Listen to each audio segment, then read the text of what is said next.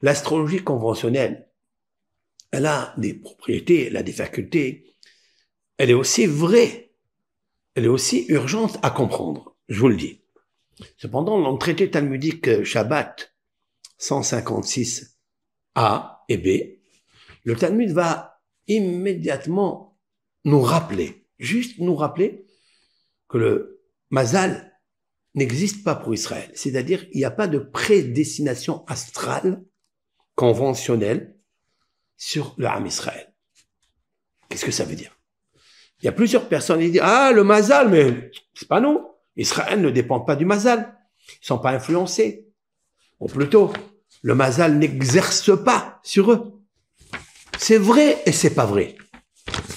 C'est vrai si tu suis ce que dit Rashi. C'est Rashi, le prince des commentateurs de notre Torah. Il a écrit une phrase. Il dit la prédestination astrale conventionnelle ou naturelle, cosmique, n'influence pas, n'exerce pas sur un Ben Israël, mais il faut qu'il soit un Ben Israël. Qu'est-ce qui est marqué ici? En mazal les Israël. Les Israël. Qu'est-ce que c'est Israël? Israël, c'est pas Yehudi. Israël, c'est pas juif ou juive. Non. C'est aussi vrai. Mais où j'expliquais qu'est-ce que c'est Yehudi? Parce qu'il est Israël d'abord. Lorsque l'ange d'Ésaü, celui qui dirige le cosmos, celui qui dirige les forces naturelles, cosmiques, interplanétaires, s'est battu pour influencer Yaakov, notre patriarche, Bechor Israël, celui qui s'est appelé le premier-né d'Israël. Lorsqu'il l'a nommé, il l'a nommé Israël. Il l'a pas nommé Yehudi. Il l'a nommé Israël. Pourquoi il l'a nommé Israël? Parce que dans Israël, il y a toute la faculté comment déjouer l'exercice de la planète ou du signe ou de Vénus ou de tous ces planètes, les 7 planètes, Lune, Soleil, Lune, après vous avez Mars, vous avez Mercure, vous avez Vénus, vous avez Jupiter et vous avez Saturne. Mais pour que ça tourne bien, il faut être Israël. À ce moment-là, même si Saturne, elle a dit que ça va être inactif, que ce mois, cette année, tu vas être fauché, tu vas pas avoir tout le travail, tu vas être au chômage, il faut que tu saches que tu peux détourner Saturne. Et ça tournera bien comme il faut. Mais à une condition. En mazal les Israël. Les Israël. Maintenant, Rachid dit, qu'est-ce que c'est Israël? Israël, Mekayem Torah, est celui qui accomplit les lois de la Torah.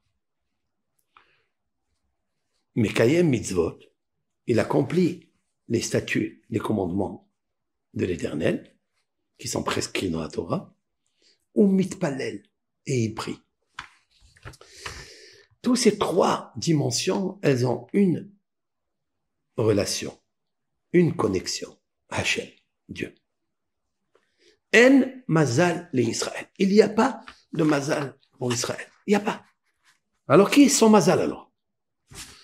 Son mazal c'est la mitzvah, la Torah et la tefila. La prière. L'art de la prière. L'arme de la prière. La soumission à Hachem. Si tu es soumis à Hachem, le signe zodiacal n'exerce pas sur toi. Même si ça devait être très mauvais, mais tu peux le déjouer. Tu peux infléchir la flèche, verdict, malheur, sur telle ou telle ou telle personne, homme, femme, grâce à la Torah, l'étude de la Torah. Elle protège. Mais si tu n'étudies pas, le mazal, que l'on appelle le mazal conventionnel, ça marche. C'est pour ça que les astrologues non juifs, c'est pas des imbéciles. Ils ont fait des profondes études et des expériences. Quand je parle des astrologues non juifs, je ne veux pas parler de ceux qui sont aujourd'hui dans les générations, parce que tout cela sont des élèves, des maîtres antécédents, ceux qui étaient dans les époques des docteurs de la Mishnah, c'est-à-dire 2000 ans. Il y avait deux, il y avait un qui s'appelait Ablat. Ablat, c'est un scientifique, astrologue, astronome, non juif. Mais qui côtoyait qui? Les rabbins du Talmud, comme Shmuel, notre maître Shmuel, qui était docteur, qui habitait à Babel, et qui connaissait l'astrologie, et qui connaissait les rues de Nehardea, c'est-à-dire une ville dans Babel, à Bagdad, là-bas. Il connaissait les chemins, les sentiers, les routes, comme il connaissait ceux du ciel. Il savait tout. Shmuel, juste à titre de dougma, échantillon, Shmuel a dit que il y a une étoile qui s'appelle, elle s'appelle cette étoile-là, qui, autour d'elle, il y a 100 étoiles. Ça, il a dit. Il y a une étoile qui, autour d'elle, il y a 100 étoiles.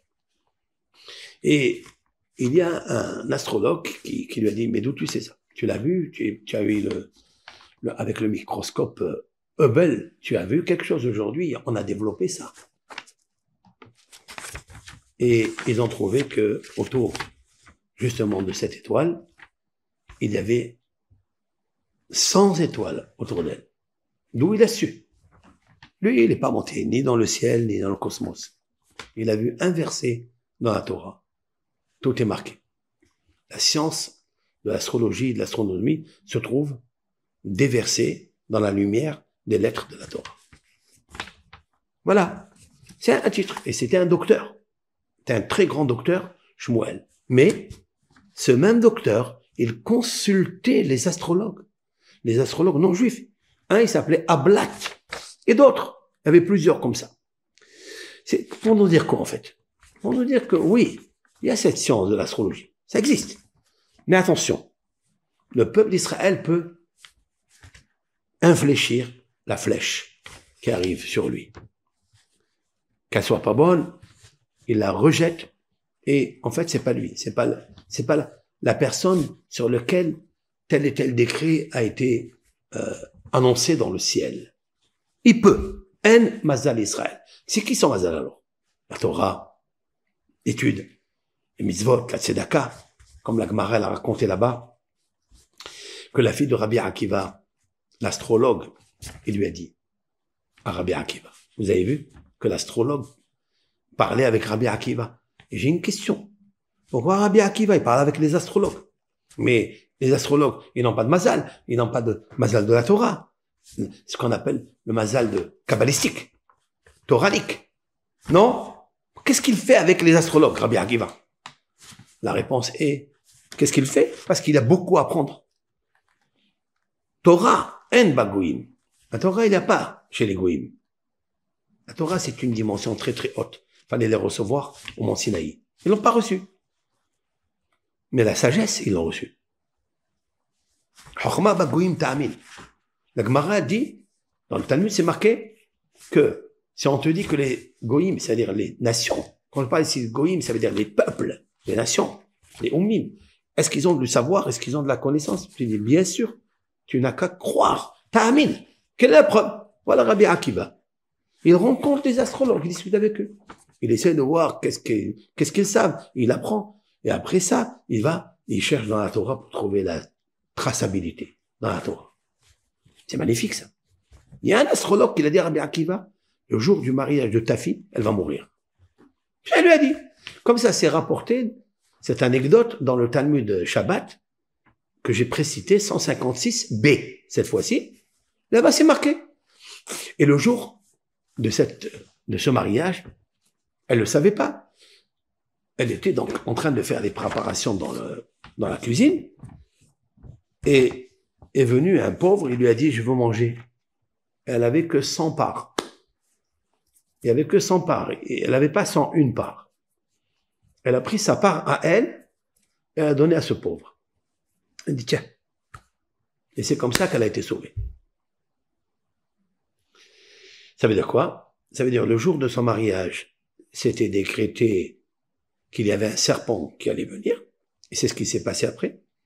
Que Rabbi Akiva, après que le mariage s'est fini, elle a pris sa robe, elle a pris une pince, elle a accroché dans le mur. Au moment où c'est pas des pinces petites, elle avait des pinces comme des tenailles, avec piquant, avec des piquettes. Et elle a rentré dans les yeux du serpent qui était caché, justement dans la chambre à coucher de Hatan Vekala. Voilà ce que le Talmud raconte. Ouvrez le Talmud en français ou en anglais ou en arabe et vous regardez là-bas 156b. Cette histoire, elle est racontée par Rabbi Akiva. Et la Gemara, elle apporte un verset Utzdaka tatzil mimavet. Et la charité sauve de la mort. Qu'est-ce que ça veut dire? Et la charité sauve de la mort. Pourquoi? La charité, c'est une magie.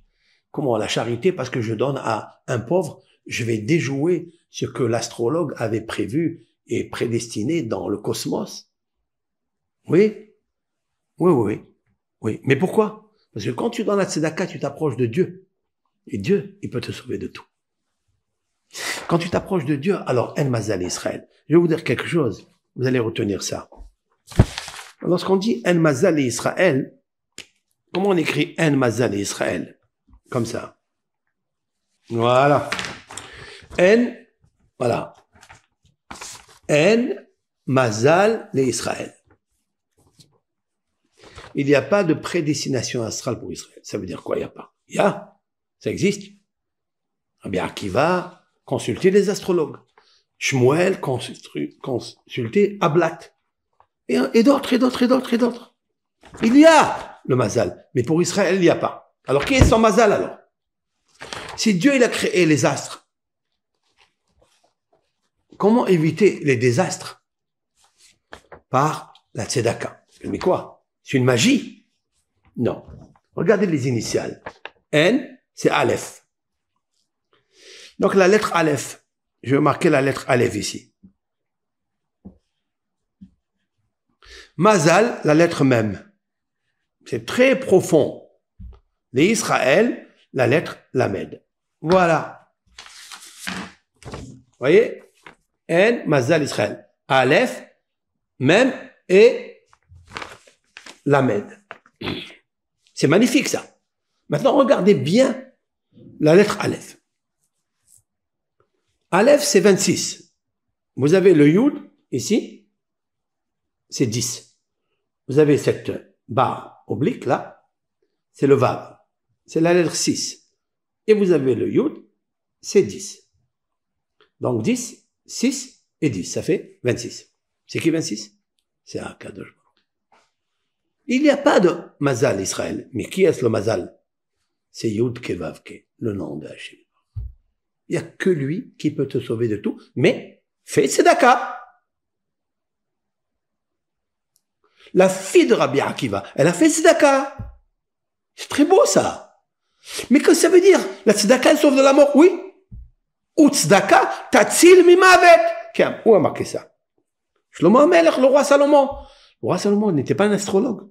Il connaissait toutes les astrologies, toutes les puissances, toutes les couleurs de l'astrologie. Maintenant, regardez le même. Comment on écrit un même? Vous avez vu la lettre même de bon Dieu qui nous a créé, qui a écrit les lettres de la Torah? Comment on écrit un même?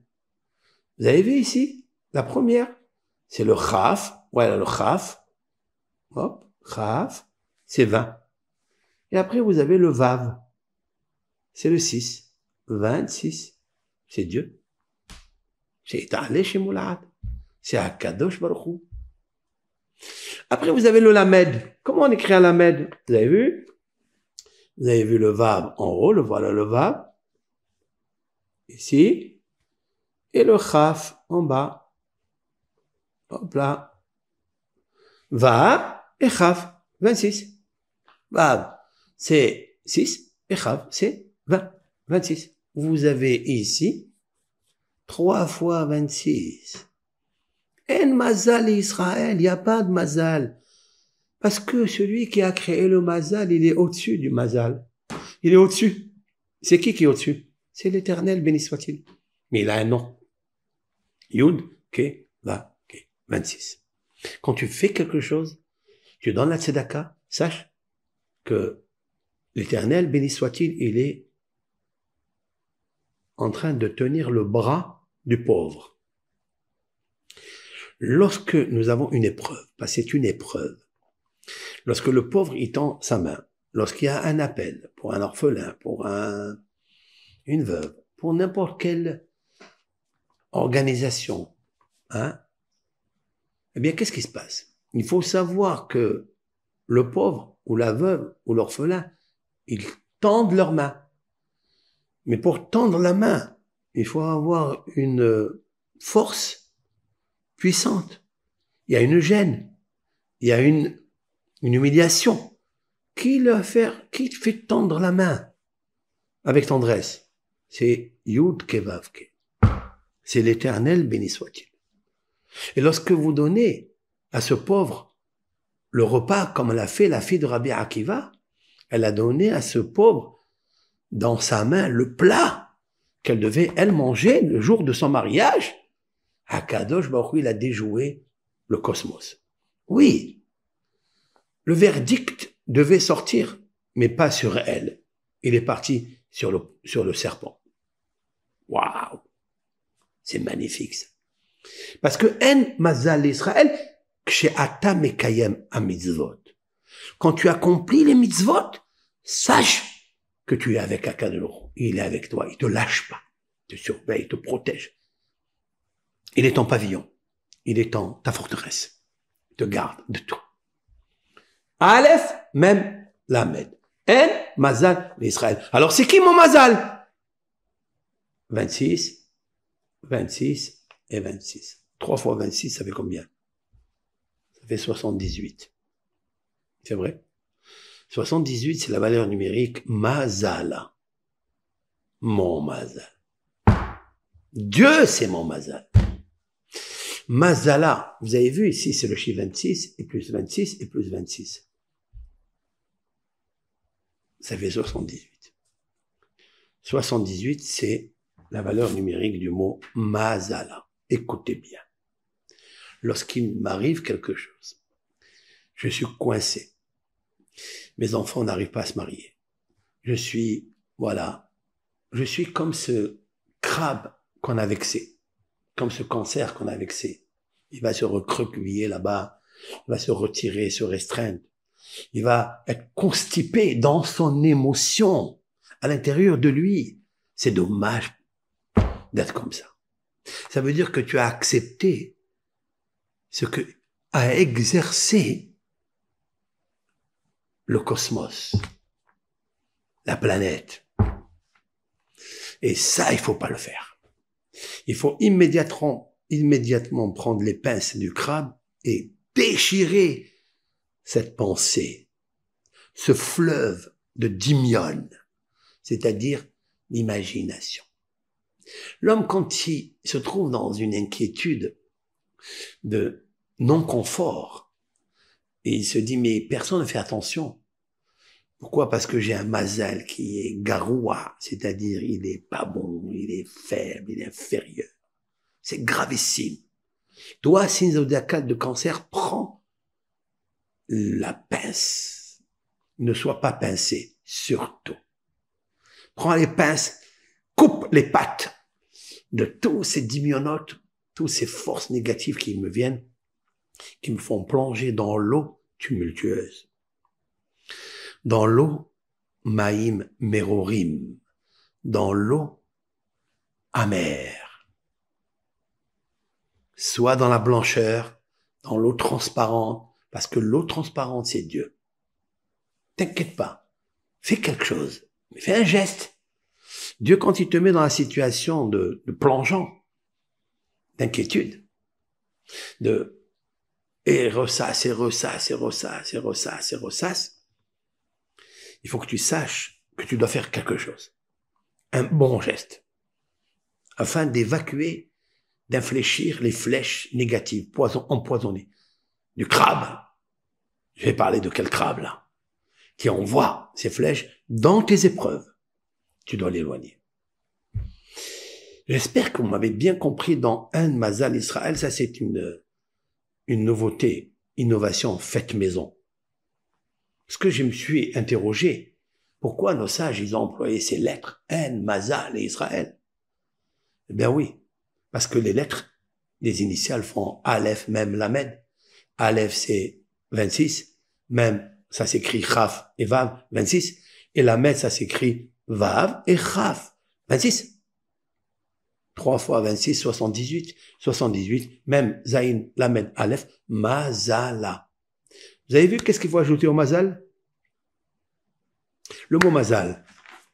Oui? Il faut lui ajouter quel mot? Le Aleph. Je vais vous écrire ça.